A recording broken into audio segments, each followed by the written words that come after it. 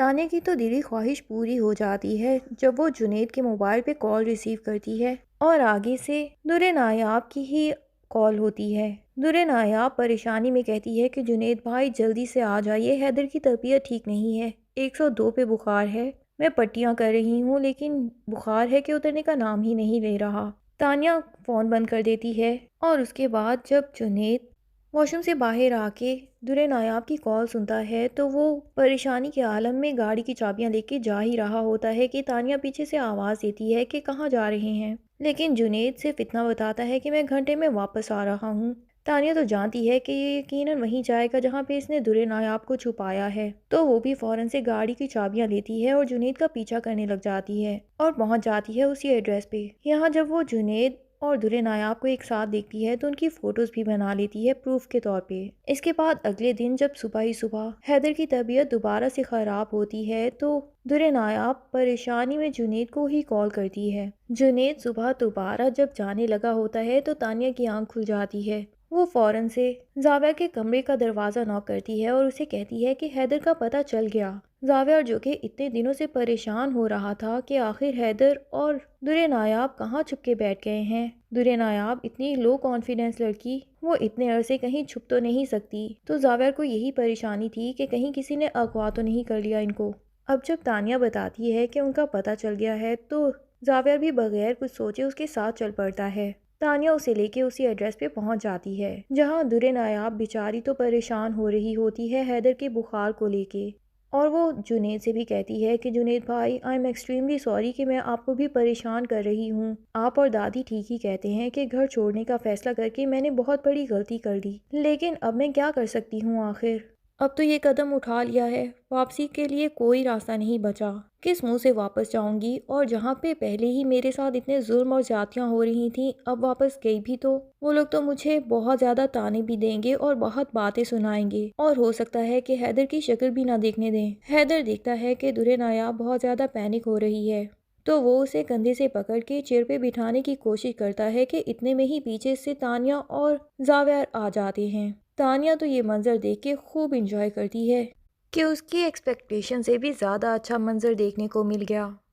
دوسری طرف سب گھر والے جب صبح ہی صبح اٹھتے ہیں اور دیکھتے ہیں کہ تانیہ، زاویہ اور جنید میں سے کوئی بھی گھر میں موجود نہیں تو وہ پریشان ہو جاتے ہیں۔ غضنفر بتاتا ہے کہ میں نے ابھی چوکیدار سے پوچھا تھا، اس نے مجھے بتایا کہ جنید صبح ہی صبح کہیں پریشانی میں گاڑی لے کے نکل گئے اور اس کے بعد زاویہ اور تانیہ بھی اس کے پیچھے گاڑی لے کے نکل پڑے۔ سب لوگوں کو بڑا تجسس ہوتا ہے کہ آخر گھر میں ماجرا کیا چل رہا ہے، اور وہ ان تینوں کے واپس آنے کا انتظار کرنے لگ جاتے ہیں۔ ادھر زاویہ جب جنید اور در نایاب کو دیکھتا ہے تو وہ بجائے اس کے کہ ان سے کوئی سوال کرے، جنید کے اوپر مکوں کی برسات شروع کر دیتا ہے اور بولتا ہے کہ تمہیں شرم آنی چاہیے تھی، اپنے بڑے بھائی کی بیوی کے ساتھ ہی چکر چلانے کی کوشش میں تھے تم، اور میں تم پہ اندھا اعتبار کرتا رہا، حالانکہ تانیہ نے بہت دفعہ میری آنکھیں کھولنے کی کوشش کی۔ در نایاب تو ہکا بکا رہ جاتی ہے، یہی وہ الزام ہے جس سے وہ ہمیشہ بچنا چاہتی تھی اور جنید سے ہمیشہ دور ہی رہتی تھی، لیکن بالآخر زاویہ نے یہ الزام بھی در نایاب کے اوپر لگا ہی ڈالا۔ پر اب در نایاب کے اندر ہمت آ جائے گی، جہاں ہر مشکل سے مشکل وقت بھی اس نے چپ کر کے صبر سے گزار دیا، وہی در نایاب جب اپنے کریکٹر کے اوپر اس طرح کے الزامات سنے گی تو وہ زاویہ کا ہاتھ پکڑ لے گی اور اسے غصے میں کہے گی کہ اور بھی کوئی الزام لگانا باقی ہے، پہلے بھی آپ کے گھر میں میرے لیے مشکل حالات تھے اور آپ ایسے انسان ہو کہ آپ نے تو کبھی مجھ سے پوچھنے کی کوشش بھی محسوس نہیں کی، یہ سب جو میں جنید بھائی کے ساتھ ایزیلی شیئر کر لیتی ہوں، یہ چیزیں تو مجھے آپ کے ساتھ شیئر کرنی چاہیے تھیں، آپ میرے ساتھ اتنے اچھے ہوتے کہ میں ٹینشن فری ہو کے ہر چیز آپ کے ساتھ شیئر کرتی، بجائے اس کے کہ آپ میری بات سنتے، الٹا آپ تو اپنے گھر والوں کی باتوں پہ اس طرح اندھا یقین کر لیتے تھے کہ آپ کو بھی محسوس ہی نہیں ہوا کہ آپ کے گھر میں میرے ساتھ کیا زیادتیاں ہو رہی ہیں۔ میں نے تو آپ سے شادی کی خواہش کبھی ظاہر نہیں کی تھی، آپ خود تھے جو میرے گھر آئے تھے رشتہ لے کے، اور میں چھوٹی فیملی کی ہوں، لو کانفیڈنٹ ہوں، یہ سب باتیں آپ میرے بارے میں ڈے ون سے ہی جانتے تھے، پھر بھی اگر آپ نے مجھ سے شادی کر ہی لی تو ایٹ لیسٹ اس کو نبھانا تو سیکھتے۔ آپ کے گھر میں کوئی ایک نہیں بلکہ سارے کے سارے گھر والے ہی میرے اگینسٹ تھے اور ڈے ون سے ہی یہی چاہتے تھے کہ مجھے طلاق دے دی جائے، اور آہستہ آہستہ آپ بھی مجھ سے دور ہوتے چلے گئے، اور نوبت یہاں پہ آ ہی گئی کہ مجھے اس گھر میں اتنی انسیکیورٹیز فیل ہوتی رہیں کہ اب تو مجھے میرے بچے سے بھی دور رکھا جانے لگا تھا۔ تو آپ بتاؤ کہ ایسے گھر میں مجھے رہنے کا کیا فائدہ ہے؟ آپ کو یہ لگتا ہے کہ میں یہ سب آپ کی جائیداد ہتھیانے کے لیے کر رہی ہوں؟ تو میں آپ کو اسٹیمپ پیپر پہ بھی لکھ کے دینے کے لیے تیار ہوں کہ مجھے آپ کی جائیداد میں سے کچھ نہیں چاہیے، لیکن مجھے صرف میرا بچہ چاہیے، اور اس کو مجھ سے دور کوئی نہیں کر سکتا، دنیا کا کوئی بھی قانون نہیں کر سکتا۔ یہ بات تو میں اچھے سے جانتی ہوں، چاہے جتنی بھی ان پڑھ جاہل رہوں، اور اپنے اس حق کے لیے میں لڑکے ہی رہوں گی،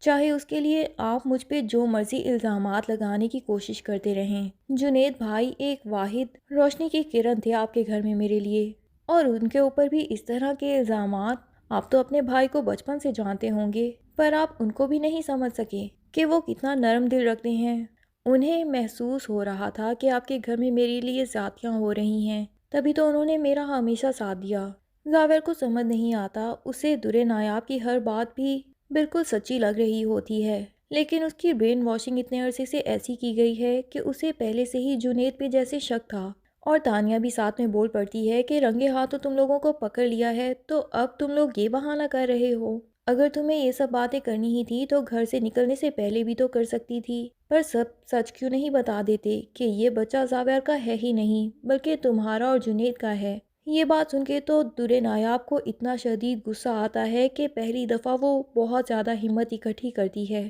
اور تانیہ کے منہ پہ چانٹا رسید کر دیتی ہے۔ تانیہ تو بالکل ہکا بکا رہ جاتی ہے کہ اتنی لو کانفیڈنٹ لڑکی نے آخر مجھے تھپڑ مارنے کی ہمت کیسے کی۔ اب تو تانیہ کو درِ نایاب سے مزید نفرت ہو جاتی ہے، اور وہ سوچتی ہے کہ تمہارا تو میں ایسا حشر کروں گی کہ اس کے بعد کسی کو شکل دکھانے کی بھی قابل نہیں رہو گی۔ دوسری طرف دادی، جو کہ اتنے دنوں سے پریشان تھی کہ درِ نایاب آخر چلی کہاں گئی ہے اور پتہ نہیں کن حالات میں ہوگی، ادھر نکہت بیگم بیٹھی درِ نایاب کے اوپر باتیں بنا رہی ہوتی ہیں کہ محلے کی عورتیں تو یہ بھی کہہ رہی ہیں کہ درِ نایاب اپنے کسی عاشق کے ساتھ بھاگ گئی ہے۔ تو دادی فٹافٹ سے اس کو چپ کروا دیتی ہیں اور کہتی ہیں کہ اس طرح کی بکواس کسی سے سننے سے پہلے تم نے اس کے منہ پہ تھپڑ کیوں نہیں رسید کر دیا۔ نکہت بیگم کہتی ہیں کہ دادی، مجھے تو اس بات پہ حیرت ہو رہی ہے کہ آپ تو بہت پریشان تھیں درِ نایاب کو لے کے، لیکن کل سے میں دیکھ رہی ہوں کہ آپ کے چہرے پہ ایک عجیب سا سکون ہے۔ اس کے پیچھے آخر کیا وجہ ہو سکتی ہے؟ دادی کو سمجھ نہیں آتی کہ کیا جواب دے، تو وہ اسے چائے بنانے کے لیے بھیج دیتی ہے، لیکن نکہت بیگم بھی اس بات کا پیچھا نہیں چھوڑتی اور نعیم کے دماغ میں بھی یہ بات ڈال دیتی ہیں کہ دادی یقیناً اب کچھ نہ کچھ جان ہی چکی ہیں، لیکن ہمیں بھی بتانا نہیں جا رہی۔ دادی، جن کو درِ نایاب ساری حقیقت بتا چکی ہے کہ کس وجہ سے اسے گھر سے بھاگنا پڑا، اس گھر میں درِ نایاب کے ساتھ کیا کیا ظلم ہو رہے تھے، اور ابھی وہ جنید کی مدد کی وجہ سے ایک اس کے دوست کے گھر میں رہ رہی ہے، وہ تو واقعی درِ نایاب کی کال کے بعد سے کافی پرسکون ہو چکی تھی کہ درِ نایاب خیر خیریت سے ہے۔ لیکن کیا اب دادی نعیم کو اور نکہت کو یہ یقین دلا پائیں گی کہ وہ درِ نایاب کے بارے میں کچھ بھی نہیں جانتی، یا پھر سارا کا سارا پول کھلنے والا ہے؟ یہ سب جاننے کے لیے ڈرامے کی نیکسٹ ایپیسوڈ کا انتظار کیجیے۔ تب تک کے لیے اللہ حافظ۔ ویڈیو پسند آئے تو لائک اینڈ کمنٹ ضرور کر دیں، اور چینل کو سبسکرائب کرنا نہ بھولیے۔ Thank you.